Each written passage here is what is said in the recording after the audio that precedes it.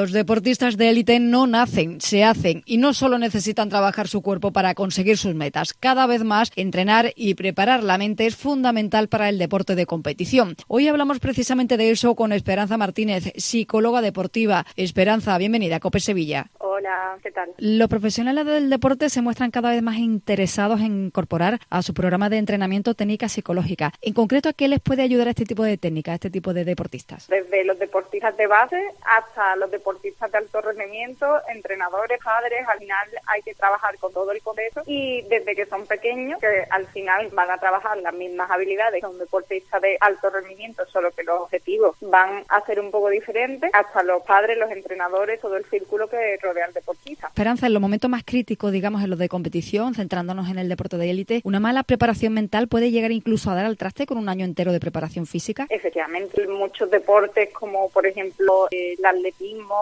pruebas de velocidad, de salto de altura, de longitud, te estás jugando toda una temporada de trabajo en segundos. Entonces, el no tener la atención bien focalizada, el no saber controlar tu activación, el no saber controlar tus pensamientos, ya no una mala preparación, sino la ausencia de ella, que siempre yo creo que se ha pensado que esto viene como si eres rubio o moreno, pues tienes buena cabeza o mala, y realmente no, realmente son habilidades que igual que las habilidades físicas y técnicas se aprenden y se entrenan. Esperanza, los deportistas de élite, la verdad es que en los últimos tiempos hemos visto que están saliendo del armario, por decirlo de alguna manera, con sus problemas mentales. Muchos de ellos incluso llegan a retirarse temporalmente, como por ejemplo hemos conocido casos como Michael Phelps, como Simone Biles. ¿Cuáles son los principales problemas, los principales miedos a trabajar con los deportistas de este nivel? Bueno, es que pueden ser muy diferentes. Esa ansiedad precompetitiva que hace que los deportistas no sepan enfrentar ese miedo a la competición, les desborde esa sensación de ansiedad, de temblores, de sudoración que se manifiesta antes de una competición, o incluso pues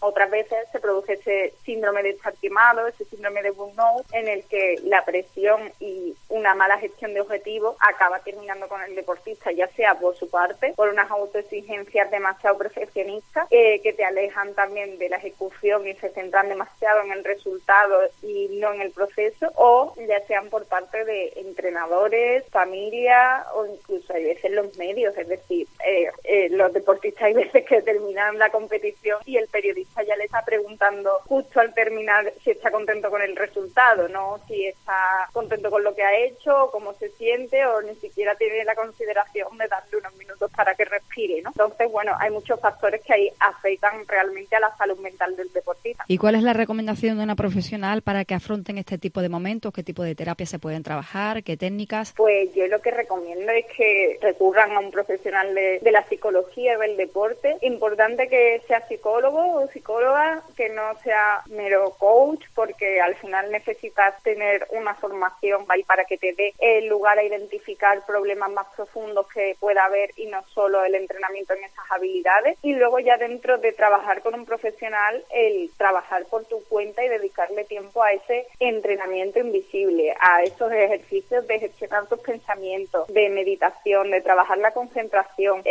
Yo hace poco he sacado un libro que es Iniciación al Entrenamiento Mental y explico un poco en resumen todas esas habilidades que en consulta trabajamos, y es una aproximación que también facilita ese conocimiento de todas las habilidades mentales que pueden trabajar. Esperanza, los bloqueos, las inseguridades se pueden producir, claro, sobre todo ante una competición, ante metas tan ambiciosas como puede ser participar en unas Olimpiadas, pero ¿qué ocurre, por ejemplo, en etapas de lesiones, en la reincorporación de los deportistas después de recuperarse de una de esas lesiones, en cómo afrontan ese regreso? Bueno, de hecho, uno de los capítulos de mi libro es la gestión de lesiones, porque una lesión es lo peor que después de venir a un deportista, ¿no? Estás trabajando todo el año y de repente, ¡plaf!, una lesión, ¿no? Es como lo peor que te puede pasar sin lugar a dudas, sobre todo si es grave y ya te afecta a nivel de quedarte sin competición. Pues durante las lesiones lo más importante es justo aprovechar ese tiempo de que estás lesionado para trabajar esta parte mental, para seguir visualizando, para trabajar en técnicas de relajación, de respiración,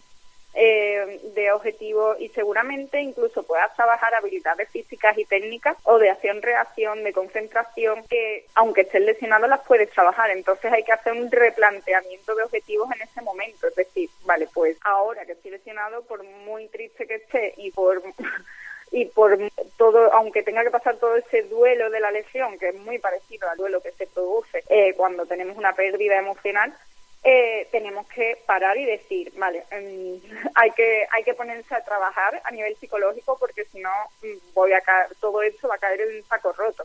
Entonces es importante trabajar no solo en el momento de la lesión, sino también en la prevención de lesiones. Está comprobado que periodos de estrés, de ansiedad muy prolongados afectan muchísimo en la aparición de lesiones. Entonces el trabajar las lesiones no es solo una cosa de cuando aparecen, sino también de tener una buena salud mental y una vida serena y unos objetivos bien puestos para que no se produzca ese estrés, esa ansiedad y pueda haber un déficit de atención y aparición de lesiones en entrenamiento. Esperanza, ¿hay más problemas mentales o más inseguridades o más temores y bloqueos en deportes individuales o en deportes colectivos? Pues, a ver, probablemente en los deportes individuales se dé más ese factor de ansiedad precompetitiva, que es el miedo o la inseguridad en el momento de competir. Por ejemplo, en deportes colectivos como el fútbol, no se dé tanto este tipo de problemas, pero también se da. Y también se dan este tipo de inseguridades en muchos deportistas.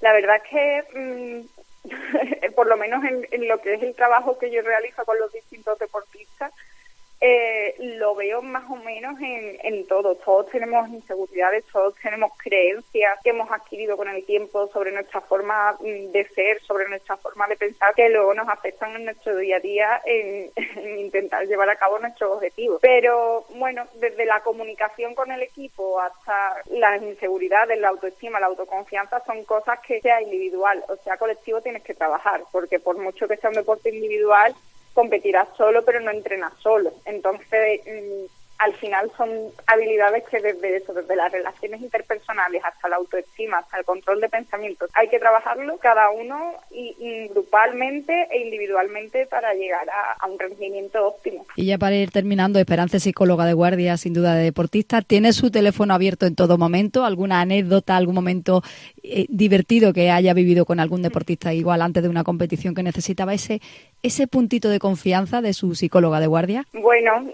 intento que no, intento más que nada porque mi objetivo es que ellos sean independientes y que tengan herramientas para afrontar todo tipo de situaciones. Es verdad que hay algunas situaciones en las que estando en un mundial o estando en un europeo, en un campeonato de una magnitud bastante grande, a veces pues hacemos sesiones cortas de media hora o sí, que suelo estar pendiente por el móvil, por el WhatsApp, que me cuenten, que viéndolos en la tele, los streaming. Entonces intento sí que estar pendiente porque al final, bueno, sus éxitos también los considero míos y no, sí que estoy pendiente, pero bueno, no es